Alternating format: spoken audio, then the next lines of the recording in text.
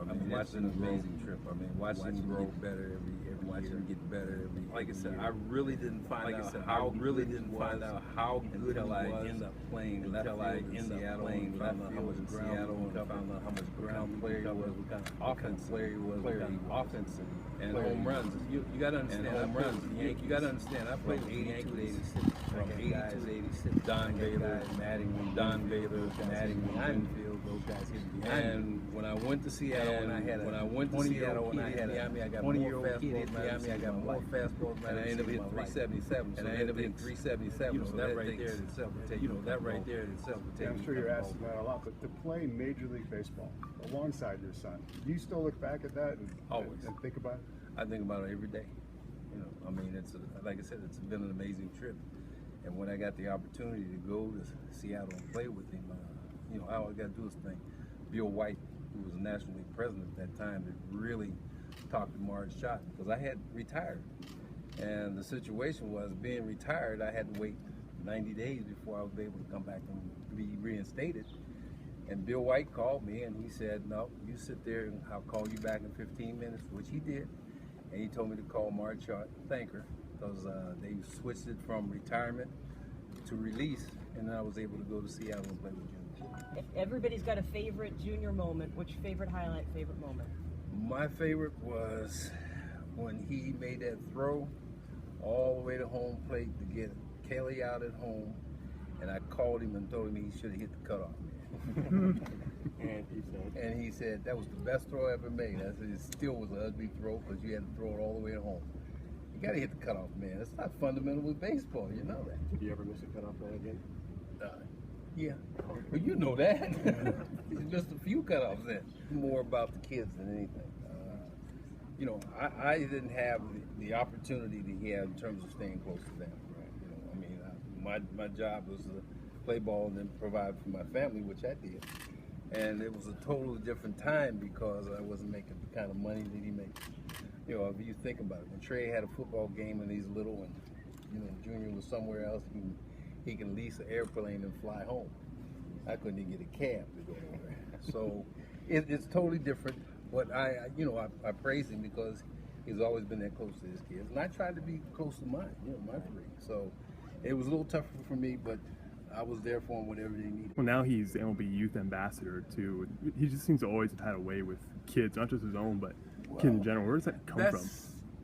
You know, I guess it comes partly from me and his mother. You know, I mean, like I said, I would take care of every one of the kids that I managed and coached, and you know, try to help as much as I could because you know I come in a situation where I was a 29th round draft choice, which was the last draft choice by the Reds at that time, and I watched as I grew and got older, and then I started playing, and then you know when I started coaching, I found out a lot of kids were in that same boat, and I tried to do the best I can to help them out.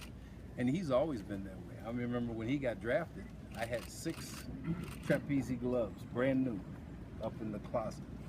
And he said he needed a glove. Well, I said they're upstairs in the closet. He went up and got all 6.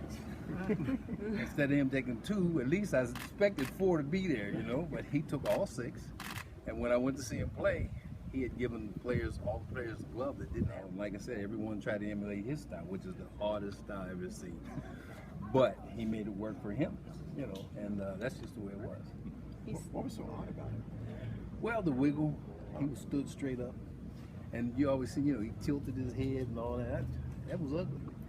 But like I said, it worked for him. Well, you got to understand, he had a different style, and Stan Musial had a totally different style. So you thinking those two were the 2 most difficult styles to really emulate, Musial and Junior's. And everyone tried to emulate Junior when I came up.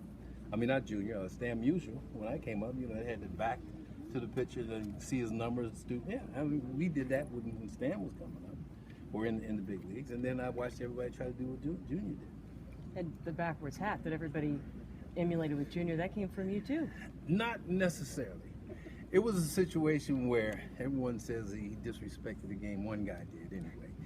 But yeah, everyone remembers that, especially in Seattle. Right. But he used to play catch all the time. And then when he played catch, he always wanted to wear my hat. And the hat always fell down on his face. Well, the one time he almost got hit in the face. So his best bet was to turn around backwards. And he can see. And that's just the way he did it. And he started that at 5 to 6 or 7 years old. So he's been doing that a long time. So it just wasn't right quick. Think should be backwards on the plaque too? Yeah, if he wants it that way. Depends on what he wants. Right. I'm here to support him. That's what I'm here for. I'm being a dad, and I'm here to, just to grin and smile, and hopefully I don't break down, but I might have to do that too. But at the same time, I'm just here to support him. Do you think there's be some surprises in there? Probably. He'll have something, something family. real off the cuff to say about family and everybody else. He'll have a lot to say about me once he gets to joking about his dad, but I always get the last laugh because I can ground him still. I'll put it this way: all the pressure was on him. You gotta, I hit mine. I know mine went further. But at the same time, he still had all the pressure on him to hit it. And at 3-0, I didn't think he was gonna get a shot. And he hit a low and away fastball, which is a tough pitch to hit, sinker, and he hit it out of left field. At that time, you got, like I said, a 20-year-old kid that got that much pop to left field. He can do almost anything he wanted at the plate. You can't prepare for this week, especially me, because I'm not going into the Hall of Fame. I told you I'm here to be a dad.